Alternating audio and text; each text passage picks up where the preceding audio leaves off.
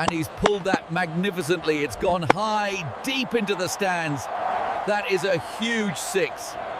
අපි කතා කරමු T20 ලෝක කුසලානයක් දිනලා ඉවර වුණු ඉන්දියාවේ ක්‍රිකට් ගේම් එකම වෙනස් කරපු ලොකු විප්ලවයක් ගැන. ඇත්තටම පහුගිය ටූර්නමන්ට්ස් කීපයකම වුණු දේවල් එක්ක මේ වගේ වෙනසක් එන්නම ඕන වෙලා තිබුණේ. හරි. එහෙනම් කෙලින්ම කතාවට බහිමු. මෙතන තමයි ඔක්කොම පටන් ගන්නෙ. පැති දෙකක්. එක පැත්තක තියෙනවා පැරණි ක්‍රමය. ඒ කියන්නේ ඇවරේජස් තමයි වැදගත්. හැමෝටම තමන්ගේ රෝල් එකක් තියෙනවා. පරිස්සමෙන් ගහන්න ඕන කියන අදහස. ඊට පස්සේ අනිත් පැත්තේ තියෙනවා හැමදේම උඩු යටිකුරු කරපු නව සැලැස්ම. ඒක කියන්නේ ඉම්පැක්ට් එක තමයි වැදගත්. බැටිං ඕඩර් එක ඕන වෙලාවක වෙනස් වෙන්න පුළුවන්. අනික බය නැතුව ගහන එක. ඉතින් අපි මේකේ පළවෙනි කොටසට යමු. මේක තමයි ඉන්දියාවේ T20 ක්‍රීඩාවට අලුත් අර්ථකථනයක් දුන්න මූලිකම අදහස. සරලවම දැන් වැදගත් වෙන්නේ ලකුණු ගාන නෙවෙයි ඒකෙන් වෙන බලපෑම. මේ අලුත් දර්ශනය කොච්චර පැහැදිලිද කියලා බලන්න අලුත් හෙඩ් කෝච් ගෞතම් ගම්බීර් කියන දේ අහමු. එයා කියනවා අපිට ඇවරේජස් ගැනවත් ස්ට්‍රයික් රේට්ස් ගැනවත් හිතා සෙල්ලම් කරන්න බෑ.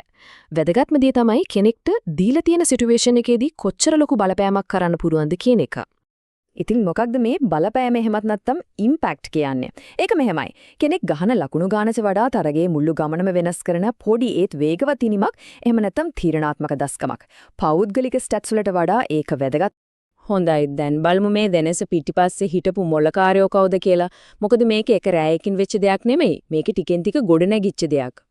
මේ ගමන දිහා බැලුවොත් 2023 දී රෝහිත් ශර්මයි රාහුල් ද්‍රවිඩුයි තමයි මේ වඩාත් ඇග්‍රෙසිව් විදියට ගහන ක්‍රමය ගේන්නේ.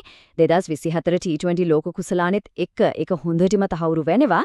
ඊට පස්සේ තමයි 2025 දී ගෞතම් ගම්භීර ඇවිත් ස්ටැට්ස් වලට වඩා ඉම්පැක්ට් කියන දර්ශනය තවත් තදින්ම ක්‍රියාත්මක කරන්නේ.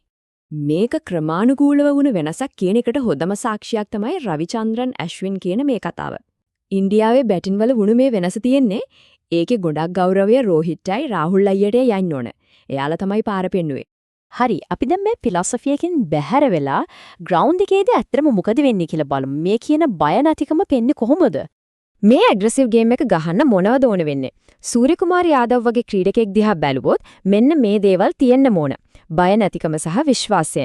පිටිය හැම අතටම ගහන්න පුළුවන් දැනුමක්, සුපිරි හෑන්ඩ් අයි කෝඩිනේෂන් එකක්, බෝලව කියවීම හැකියාව, ක්‍රීස් එකේ හැම අංගලක්ම පාවිච්චි කරන එක සහ සාම්ප්‍රදායික නොවන අමුතු ෂොට්ස් ගොඩක්. ඊළඟට එන දේ තේරුම් ගන්න පවර් ප්ලේ එක ගැන පොඩි මතක් කිරීමක් කරමු. T20 මැච් එකක පළවෙනි ඕවර් 6 තමයි මේ ෆීල්ඩින් රිස්ට්‍රික්ෂන්ස් නිසා මෙතනදී ලොකු ෂොට්ස් ගහන්න, ඒ කියන්නේ ලොකු රිස්ක් කරන් ලොකු රිවෝඩ්ස් ගන්න හොඳම අවස්ථාව ලැබෙනවා. දැන් බලන්න මේක තරංගයක තීරණාත්මකම කොටසක්නේ පවර් ප්ලේ එක. එතනදී ඉන්දියාවේ ආධිපත්‍ය කොහමද කියලා බලුවොත් එංගලන්තය ඕස්ට්‍රේලියාව වගේ ටීම්ස් පහු කරගෙන යාලා ඉස්සරහටම යනවා. රන් රේට් එක බලන්නකෝ 10.86ක්. ඒක සුළුපටු ගාණක් නෙමෙයි. හරි දැන් අපි යමු මේ කතාවේ ටිකක් වෙනස් පුදුම හිතෙන පැත්තකට. මේක ටිකක් විද්‍යාත්මකයි ඒත් හරිම රසවත්. ඇත්තටම වෙනස් උනේ සෙල්ලම් කරන විදිහ විතරක් නෙමෙයි. ක්‍රීඩාවට පාවිච්චි කරන උපකරණ. ඒ කියන්නේ tools. ඒවත් පුදුම විදිහට වෙනස් වෙලා තියෙනවා. ක්‍රිකට් බැට් එකට මොකද උනේ කියලා බලන්න කුතුහලයක් එනවා නේද? මේ බලන්න 1905 විතර ක්‍රිකට් බැට් එකේ එක ස්වීට් ස්පොට් එක, ඒ කියන්නේ බෝලෙට හරියටම වදින හොඳම හරිය තිබිලා තියෙන්නේ මිලිමීටර් 80ක් විතර පොඩි ඉඩක්. දැන් බලන්න මේ ගාන. අද කාලේ බැට් එකකේ ස්වීට් ස්පොට් එක මිලිමීටර් 215ක්. දෙගුණයකටත් වඩා වැඩි. බලන්නකො තාක්ෂණයෙන් කොච්චර ලොකු පිම්මක් පැනලද කියලා. ඉතින් මේ වෙනසින් ඇත්තටම මොකද වෙන්නේ? ඝනකම් දාර සහ ලොකු ස්වීට් ස්පොට් එකක් නිසා බෝල්ලේ වැදුනාම ශක්තිය අපතේ යන එක අඩුයි. ඒ කියන්නේ හරියටම බැට් එකේ මැදට වැදුනේ මැතත් බෝල්ලේ ගොඩාක් දුර යනවා. හොඳයි. දැන් අපි එනවා මේ කතාවේ කූට ප්‍රාප්තියට. මේ විප්ලවයේ සාර්ථකයි කියලා ඔප්පු කරන කාටවත්ම නෑ කියන්න බැරි දත්ත ටිකක් බලමු. අපි මේ දත්ත බලන එක පටන් ගමු බලවත්ම ඉලක්කමකින්. 2026 T20 ලෝක කුසලානේදී ඉන්දියාව ගහපු 6 පහර ගාන 106ක්. ඒක අලුත්ම තරඟාවලි වාර්තාවක්. මේ වගුව දිහා පොඩ්ඩක් බලන්න. මේක තමයි කතාවේ හදවත. 2026 T20 ලෝක කුසලානයේදී ලකුණු, ස්ට්‍රයික් රේට් සහ 6 පහර ගණන.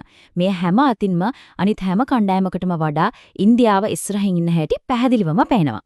මේ ප්‍රස්ථාරයෙන් සුපිරියටම පෙන්නනවා ඉන්දියාවේ ඇග්‍රෙසිව් ගේම් එක මුලට විතරක් සීමා වුණේ නැහැ කියලා. ඒ පීඩනය ඉනිම පුරාම තිරුණා.